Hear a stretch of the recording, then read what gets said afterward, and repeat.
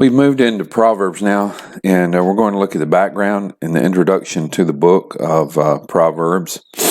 The title of the book, the Hebrew title of the book is Mishlei, and that is from the longer title in Proverbs chapter 1 and verse 1, Mishlei Shlomo, which means the Proverbs of Solomon. And grammatically, that's a Hebrew construct of the word mashal. Mashal is a word for proverb. And the Hebrew word for mashal is a pretty broad word. It means a parallel, a simile, something that's similar, or a comparison. It's a comparison or a simile is underlying a moral maxim.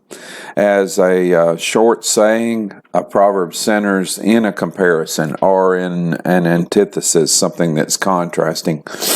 And the title comes from the fact that this writing is a collection, a compendium of moral and spiritual instruction designed to enable one to live wisely. Let's talk a little bit more about the Hebrew mashal. It corresponds to the word proverb in 1 Samuel 10 and verse 12, and I'm not going to go over there and look at all these. In 24:14 of 1 Samuel. And then other meanings for it are it's a prophetic discourse in Numbers, in Isaiah, and Micah. It is could be translated a parable or allegory in Ezekiel. And this probably is its meaning in 1 Kings 5:12. In Job and Ecclesiastes, it has the meaning of an ethical aphorism, which is mainly its meaning in the book of Proverbs. That's Job 13:12, Job 27:1, Job 29:1, and Ecclesiastes 12:9. In Proverbs chapters 1 through 9, mashal may denote a discourse and not an aphorism, not a short statement. Now we've come again. Remember that Proverbs, Mishlei, is poetry, just like Job, just like Psalms, and in conformity to Hebrew poetry, the aphorisms are distinguished by parallelism. As we've said, the main characteristic of Hebrew poetry is parallelism. And there are three main types of Hebrew parallelism in the book of Proverbs. And we've seen these before in Job and also in Psalms. But there is synonymous parallelism. Synonymous parallelism is where the second clause repeats the thought of the first clause in different words. An example of that is Proverbs 18 and verse 7. A fool's mouth is his ruin, and his lips are the snare of his soul. So a fool's mouth corresponds to, or lips correspond to a fool's mouth, and the snare of his soul corresponds to ruin. So it's repeating the meaning of the first clause. That's synonymous parallelism. Then there is antithetic parallelism, and this is where the second clause is in contrast to the first. And this is the most common form of parallelism in the book of Proverbs. Proverbs 17 and verse 22, a joyful heart is good medicine, but a broken spirit dries up the bones. And so in contrast to a joyful heart is a broken spirit. And in contrast to good medicine is drying up the bones. Then there is, so it's synonymous, antithetic, and then there is synthetic parallelism. Synthetic parallelism is where the second clause repeats the thought of the first clause, and then it adds to it. So it's going beyond synonymous. It's adding a little bit to it. And an example is Proverbs 20, verse 13. Do not love sleep, or you will become poor. Open your eyes, and you will be satisfied with food. So open your eyes is in contrast to loving sleep. And being satisfied with food is the opposite of being poor, but it's also adding something to that. So synonymous, antithetic, and synthetic parallelism. Then there is the proverb mashal is used to mean a resemblance. And this is in agreement really with the root meaning of mashal, to resemble. And an example of this is Proverbs 25 and verse 11. It says, like vinegar to the teeth and smoke to the eyes, so is the lazy one to those who send him. So you see that he's comparing or saying that one thing resembles another. The lazy one resembles vinegar to teeth and smoke to eyes. Let's talk about the authorship of Proverbs. The Midrash on Song of Songs asserts that Solomon wrote Song of Songs in his youth, Proverbs in middle age, and Ecclesiastes towards the end of his life. The book of Proverbs begins, of course, that it's the Proverbs of Solomon, the son of David, king of Israel. And so Solomon is involved in the book, and he probably wrote many of the Proverbs. Kings tells us that Solomon had great wisdom. 1 Kings 3 and 1 Kings 5 and 1 Kings 10 and so on. And we're also told that Solomon spoke 3,000 proverbs, 1 Kings 5 and verse 12. And that's the word for mashal. So he is involved in the authorship of the book, but he's not the only one involved.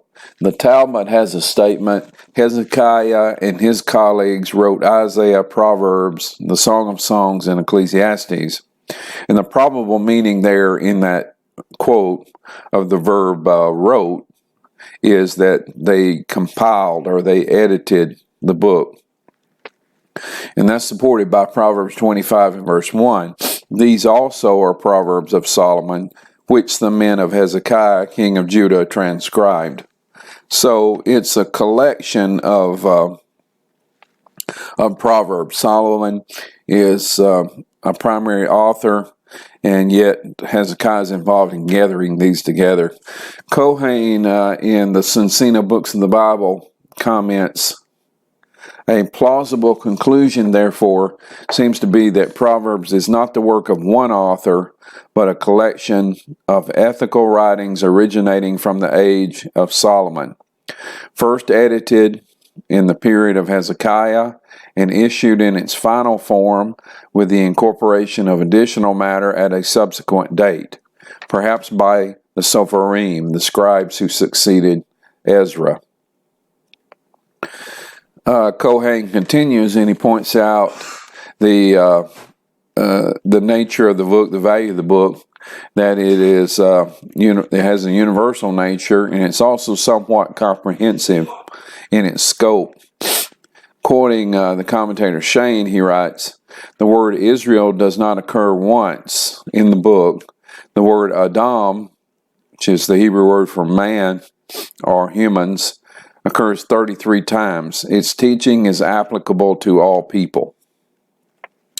Then about the comprehensiveness of the book, he writes, no phase of human relationship seems to be overlooked. The king on his throne, the tradesman in his store, the farmer in his field, husband and wife, child, all receive wholesome instruction and exhortation. Advice is tendered on the treatment of friends, the poor, the rearing of children, the snares which lurk in the path of youth, the perils of overconfidence, and self-commitment by standing surety for others. So it's a comprehensive book that deals with a lot of situations that people face in life. Now let's talk about the theme and the purpose. Suggested by the title and the meaning of the term proverb, the theme and the purpose of the book is wisdom for living through special instruction on every conceivable issue of life: folly, sin, goodness, wealth, poverty, the tongue, pride, humility, justice, family, parents, children, discipline, vengeance, strife. These are just some of the subjects. Gluttony, love, laziness, friends, life, and death. There's no book in the Bible that's more practical in terms of wisdom for daily living than the book of Proverbs. And the motto is in chapter 1 and verse 7. The fundamental theme is the fear of the Lord is the beginning of knowledge. The absence of that fear leads to a foolish life. To fear the Lord is to stand in reverence or awe of His holy character and power. And at the same time, Proverbs shows that true wisdom leads to the fear of the Lord. So that's fundamental. This fear of the Lord is the beginning of knowledge. Then there are two ways in Proverbs. In Proverbs, people and actions are presented in polar extremes or two extremes. Some of the prominent polarities are the wise and the foolish, the righteous and the wicked, and actions that lead to honor or others that lead to shame. And a key to understanding the wisdom of the book of Proverbs is to understand this idea of the two ways. That's a concept that's used to teach the importance of choosing wisely. Which path or lifestyle will be followed? Is it the path of the wise and the righteous, or the way of the foolish and the wicked? So there are the two ways in Proverbs. Now, why is it presented this way? Why the two ways?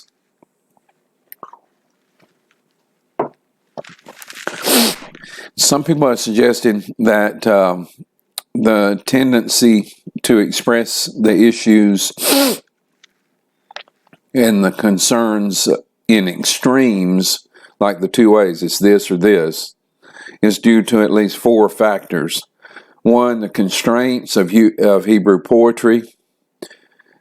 This is the vehicle in which this is conveyed, and there's some things that limit saying in that type of vehicle in Hebrew poetry. The nature of a proverb, the use of way or path as a metaphor for conduct or lifestyle, and then the teaching or didactic purposes of the book. So let's talk about each of these things for a few minutes. First, the constraints of Hebrew poetry. The lines of poetry are compact. They usually don't have more than 4 words in the Hebrew. And the brevity is due to their conjunctions are rare. They usually need to be supplied by English translations. The frequent occurrence of ellipses, that's the idea that some things are understood. An ellipsis is ... The use of imagery, and imagery is shorthand. It compacts poetry because of mental pictures that suggest. Using an image allows an author to imply, to use shorthand in a sense, but also to imply multiple levels of meaning. Like an image, like metaphor, simile, hyperbole, symbol, personification, apostrophe. They all function at a literal level, but also at a figurative level. So there are constraints of Hebrew poetry, and that's why some have suggested things are presented in stark contrast, the two ways.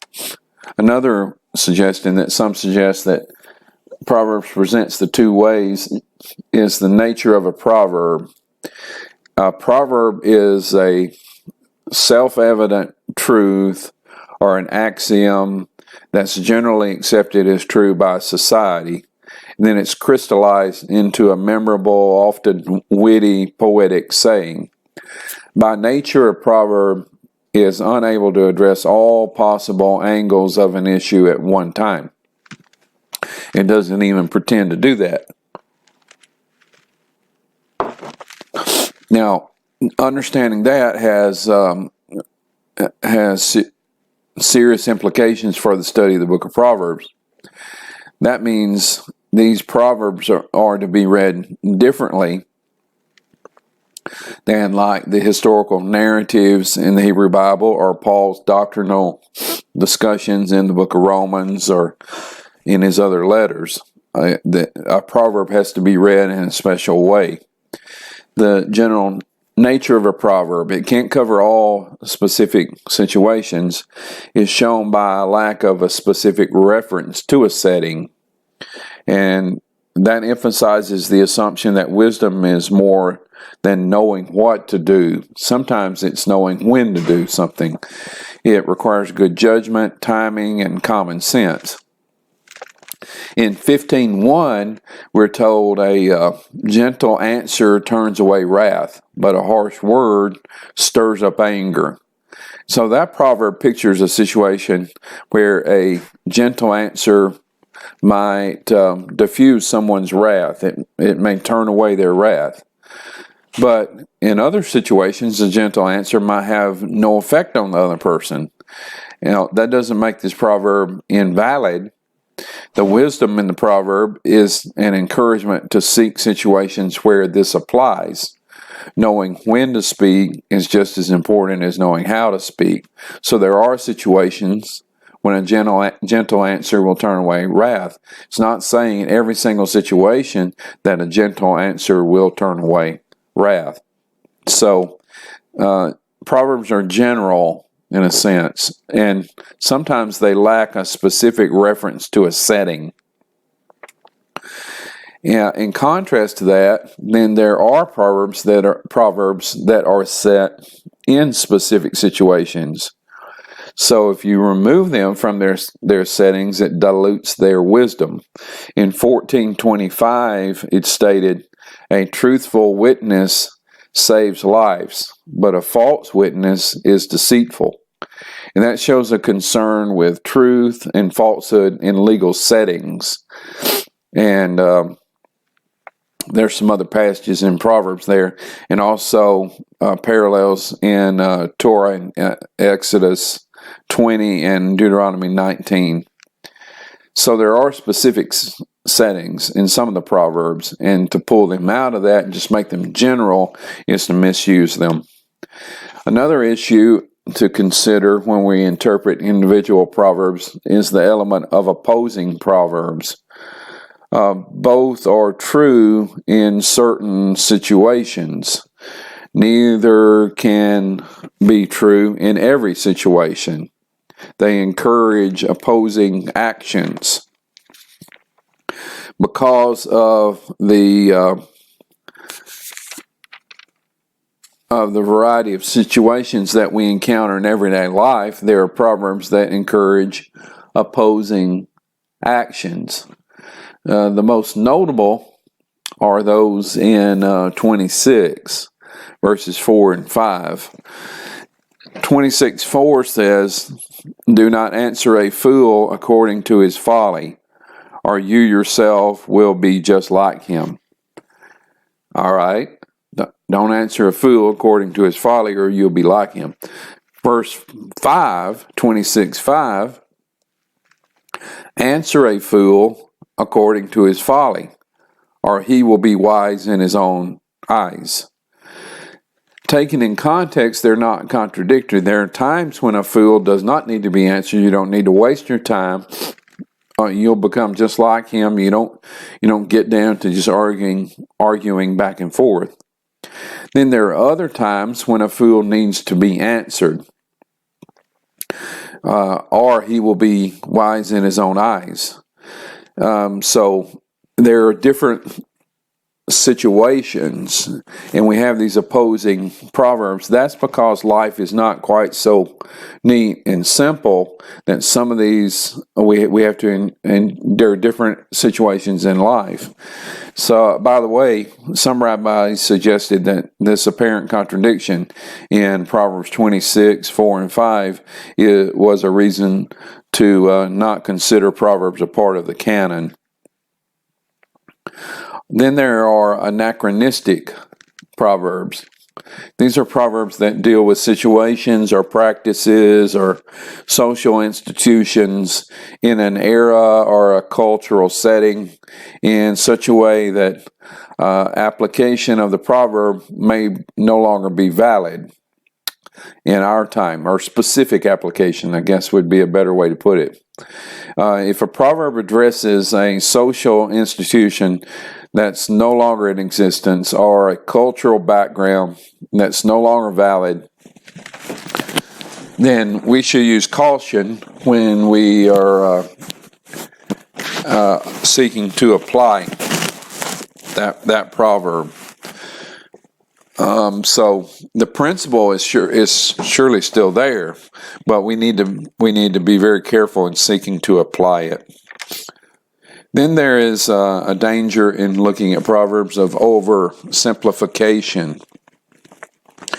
There's a danger of placing too much doctrinal weight on the oversimplifications of proverbs, and that's illustrated by the book of Job. And you remember the arguments of the three friends in the book of Job, and each one of those tied directly to sin, and then they argued Job's sin, and then they argued backwards from that, from effect to cause, and they used statements that sound convincing, and they based all this in Proverbs, or in the thinking of Proverbs. So here's the way their argument went. Sin causes suffering. Job is suffering. Therefore, Job sinned. There are correlations between the arguments of the three friends and conventional wisdom of Proverbs. Eliphaz encouraged Job to think through his situation in Job chapter 4, 7, and 8. And that's similar to the observations in Proverbs 14, 11, and Proverbs 15 and verse 16. The principle of retribution that's held by Eliphaz was carved in stone as far as he was concerned. There's no changing of this. If you sin, those who sin are punished. And the idea has the backing of some proverbs as well. I mean, the wicked, their things don't go well for them in this life.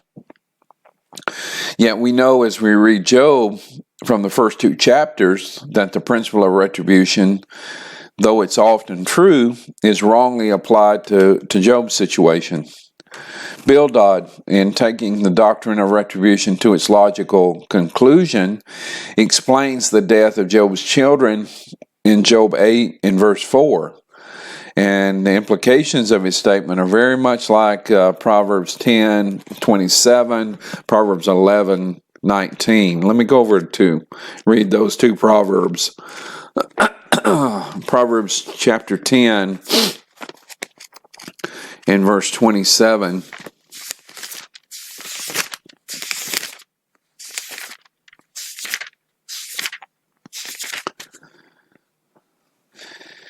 Says, the fear of the Lord adds length to life, but the years of the wicked are cut short.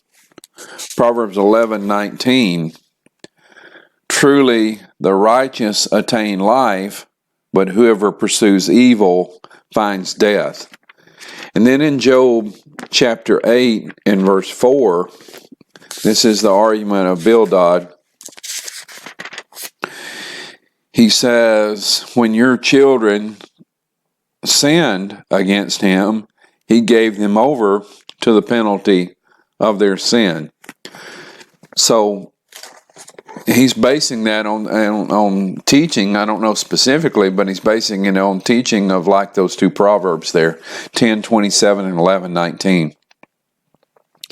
Using individual proverbs to dogmatically categorize every situation misuses a proverb. It misuses the intention of the wisdom that's in a proverb.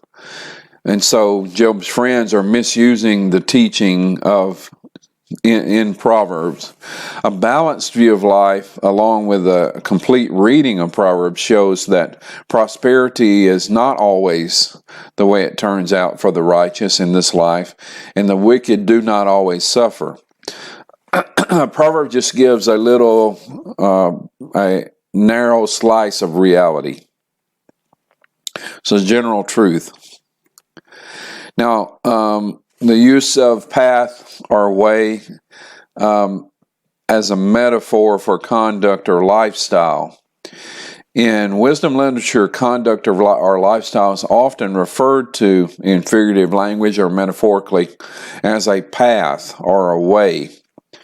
The image of traveling or walking down a path or a road or a way is communicated through a variety of terms, but the most common in Proverbs is the Hebrew word derek, and the way of the righteous, the way of the wicked.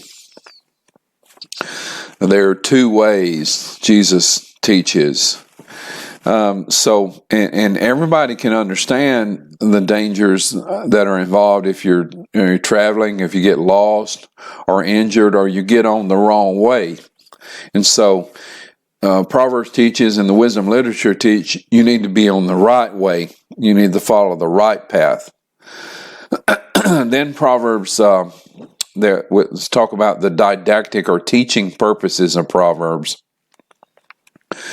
The book of Proverbs begins by telling its purpose, and following the heading in 1:1, the purpose of the book is given in 1, 2 through 6.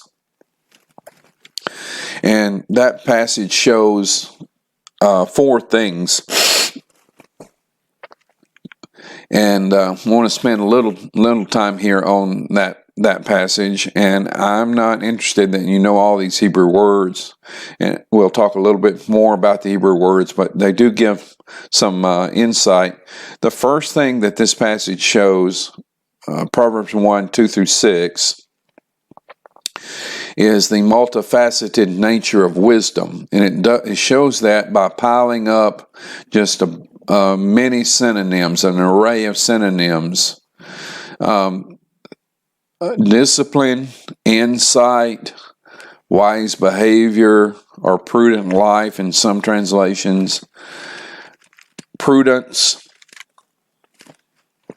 knowledge, discretion, learning, and guidance. And I want to talk about a few of these words later. And we talked about this in maybe the second video of the entire class, but I want to talk about these a little bit later in this video and go back to what was said in that second video. But the teaching purpose of Proverbs is shown in 1, 2 through 6 in the multifaceted nature of wisdom by piling up these synonyms. Second thing that this shows is the moral character of wisdom by the words that are used. Righteousness, tzedek, justice, fairness. So wisdom is interested in what is moral and what's right, morally upright. Then this introduction here in 2 through 6 shows the target audience. And the target audience, the simple, and that word in Hebrew, petaim, means somebody whose mind is like an open door. They just receive everything that comes in. They haven't made a decision. They're just open to everything. Then the young, that's the word na'ar. That means the inexperienced, the na'ar. The one who is wise is a target audience, kakam. And the discerning one, navon. So it shows the teaching nature of Proverbs by the target audience. It's designed to make these people wise. The simple, the young, the wise, the discerning one. And then the last thing about Proverbs 1, 2 through 6, the teaching techniques that are used to make these people wise are to teach moral character of wisdom. A proverb is used, that's the word mashal that we've talked about. A parable, the sayings of the wise, and riddles are strange teaching, dark teachings. So the most common Hebrew word for wisdom is kokmah. And we're going to go back, and this is from the video 2, I think, maybe video 1. But the kokmah means skill, insight, discernment, and intelligence. And especially instructive are these synonyms, these words that we've talked about here in Proverbs 1, 2 through 5, or 2 through 6. Let's read this passage, 2 through 5. To know, and you notice you have these infinitives in verses 2, 3, and 4. To do something. So the book is written to know wisdom and instruction, to discern the sayings of understanding, to receive instruction in wise behavior, righteousness, justice, and equity, to give prudence to the naive, to the youth knowledge and discretion. A wise man will hear and increase in learning, and a man of understanding will acquire wise counsel. Now, here are the synonyms in that passage: instruction, understanding, wise behavior, prudence, knowledge, discretion, learning, understanding, and wise counsel. Let's talk a little bit more about these. The word instruction in verse 2 from the New American Standard Version is the Hebrew word musar, and it might be better understood as discipline. In Deuteronomy 11:22, it's translated as discipline. It's the idea that as humans we have instincts and passions that must be kept under control, must be disciplined. And the teaching of Proverbs is how this discipline may be put into practice. So instruction or discipline. This discipline is received, and it comes from wisdom. It is to lead to practical results of righteousness, justice, and equity. And those three terms have to do with the human relationships with God and with other humans. Then there's the word understanding also in verse 2. And that Hebrew word is binah, and it is related to the preposition mean, which means between. But the idea is that one is able to make a distinction between two things. To have understanding, to make a distinction between two things, between what's right and what's wrong, or it could be between what's good and something that's better. As someone said, discretion, spiritual discretion is making the choice between what is right and what's almost right. So the book is designed to give understanding, and that's the Hebrew term binah in verse 2. The book also is designed to give wise behavior in verse 3. And this is not kokmah. This probably has the idea of insight in a practical sense. Verse 4, the word prudence is another synonym. This is the word ormah. In Genesis 3:1, it's used in a bad sense to signify craftiness. The idea here in Proverbs is shrewdness. It keeps the naive from being misled. And as we said, the root word for the word naive is one who is wide open. They have undecided views, and they're open to good or bad influence. They just hadn't made up their mind. Now, it's good to be open to teaching, but you can't be open to everything all the time. Then there's knowledge in verse 4. And the Hebrew word for knowledge, da'at, is pretty straightforward. It means information that you need. You can't act on truth if you don't have the information. In verse 4 is discretion. And the Hebrew word is mizimah. and it means power to devise. It's the power to decide wisely for a desired end. Then the Hebrew word in verse 5, and the synonym is learning, and it's lakak, and it means to receive something. Kohen says the idea is not original teaching, but that which is traditional, that which is received, transmitted from the past. Most times you hear Bible teaching that you say, well, I've never heard that before. That's unique. That's original. You need to be very suspicious of that. If, for instance, when we think of the teaching of the New Testament, John says in 1 John chapter 4, don't just believe every teacher that comes along. He says the way that you know a godly teacher is they agree, or godly teachers, or that they agree with what the apostles taught. In 1 John chapter 4 verse 6,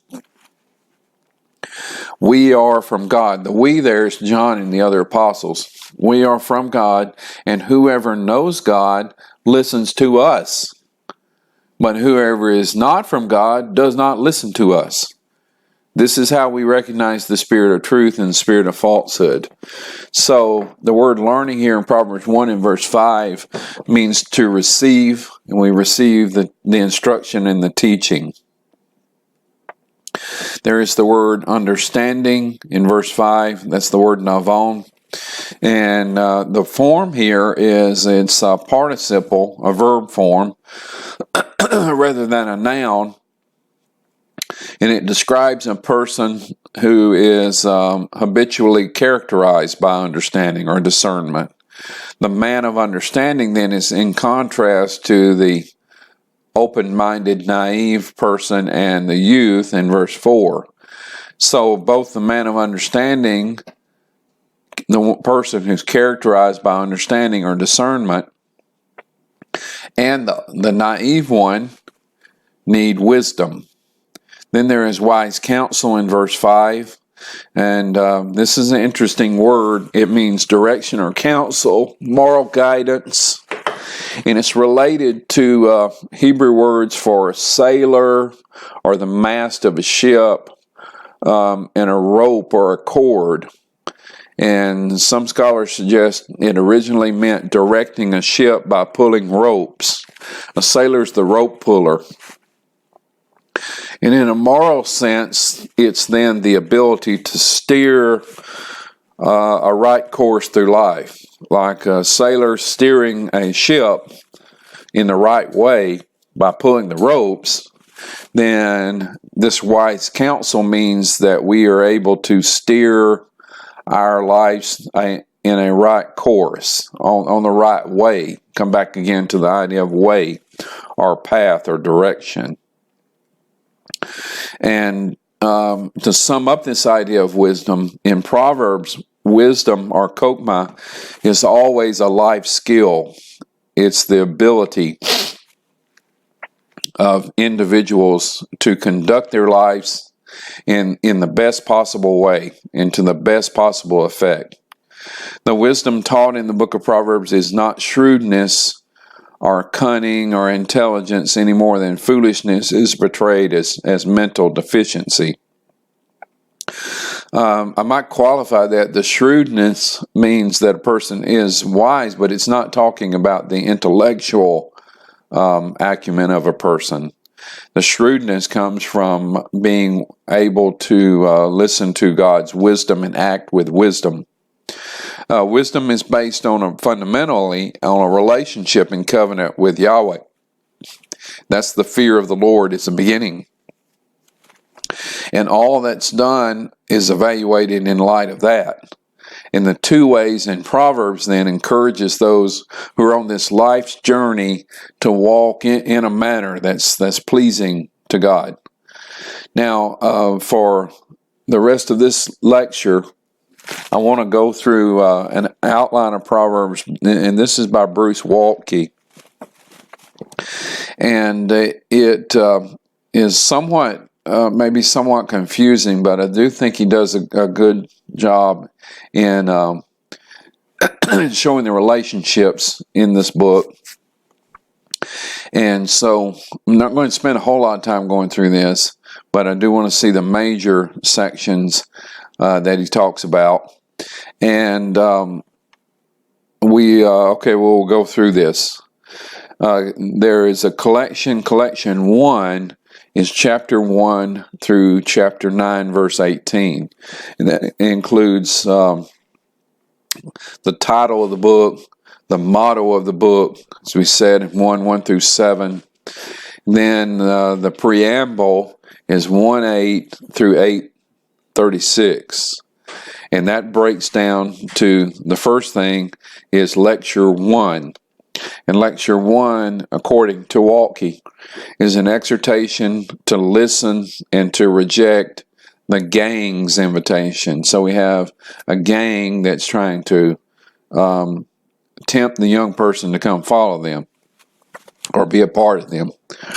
In chapter 1, verses 8 and 9 is the parents' exhortation and the son's response to that. And then in 1:10 through 19 is to resist the gang's invitation.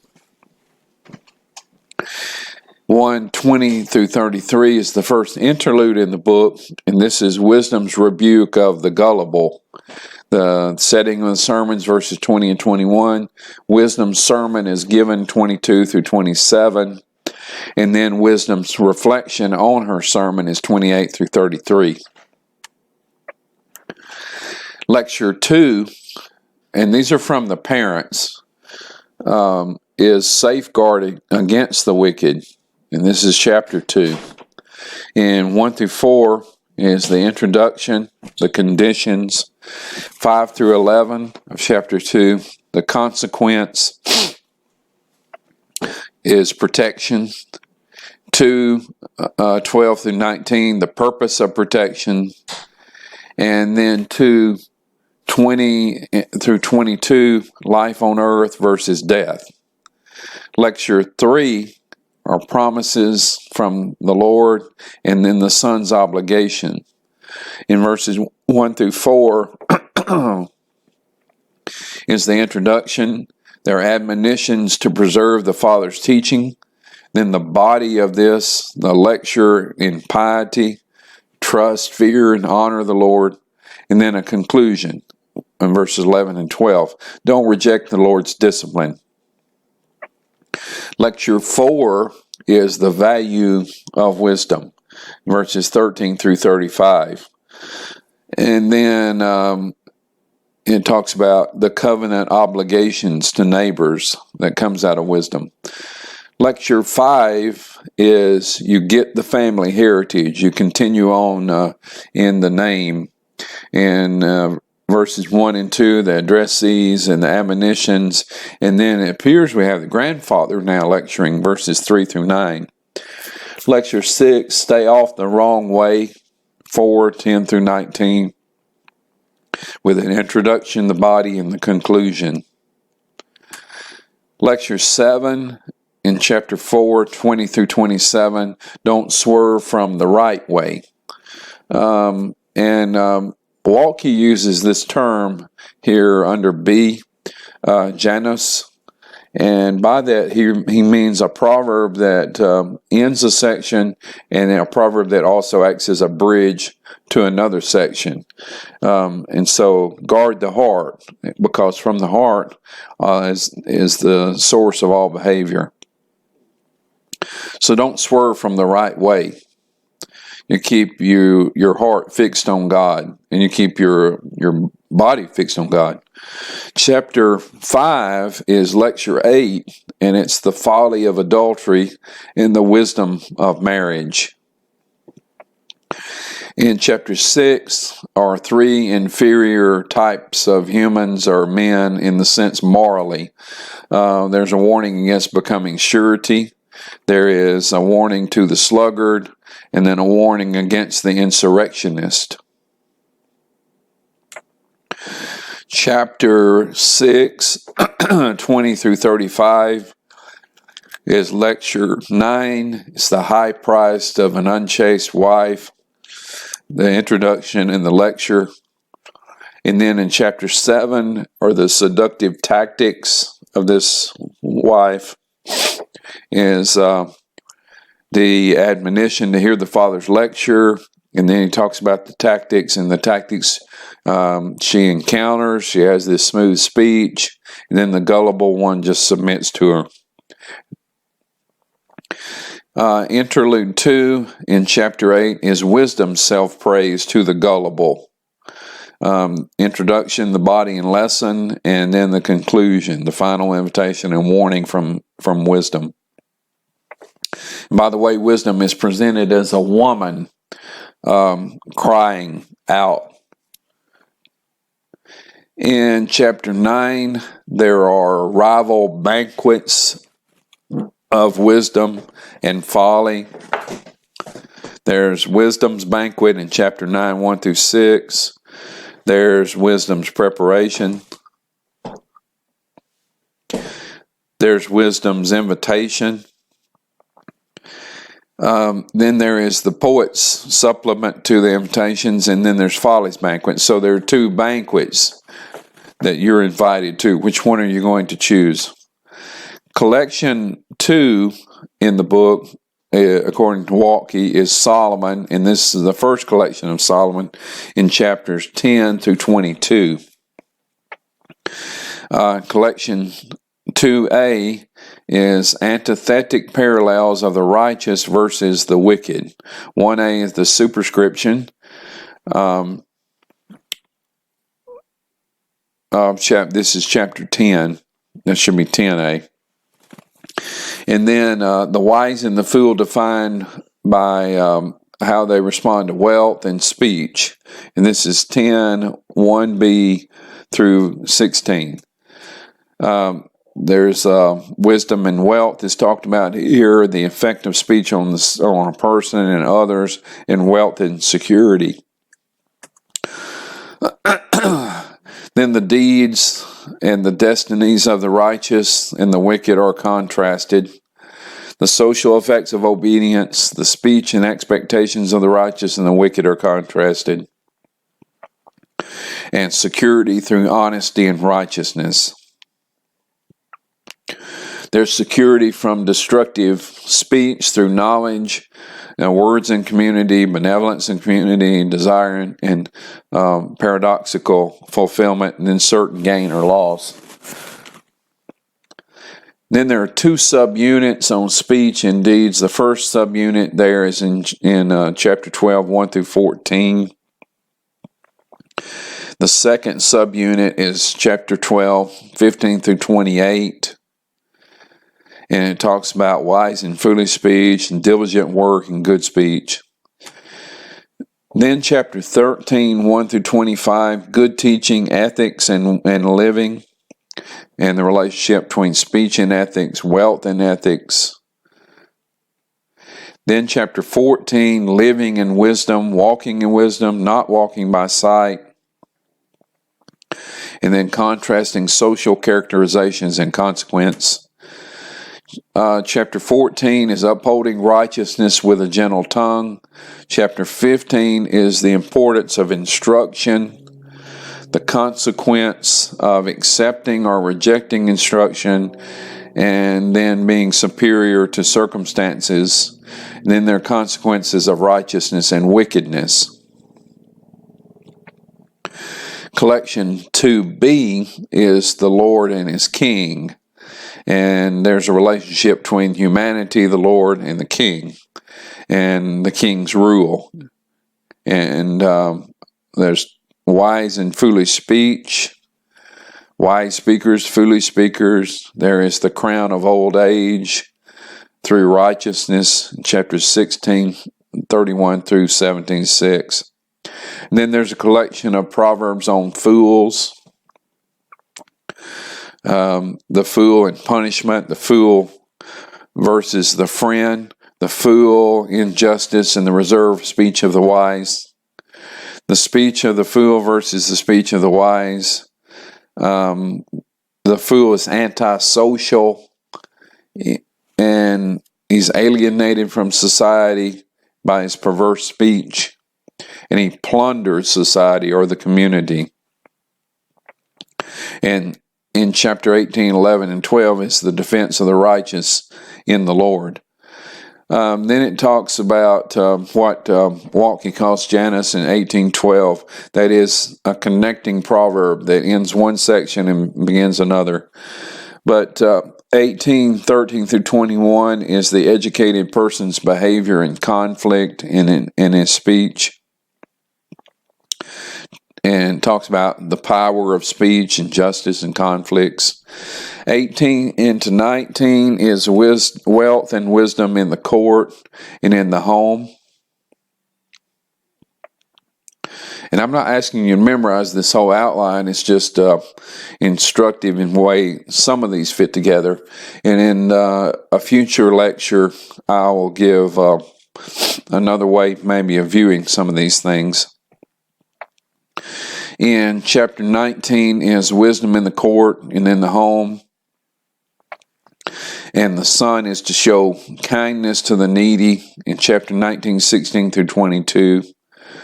It talks about fools and the fools and their punishment. And it's back to speech. It's a major topic in the book, as you can imagine. In chapter 20, speech.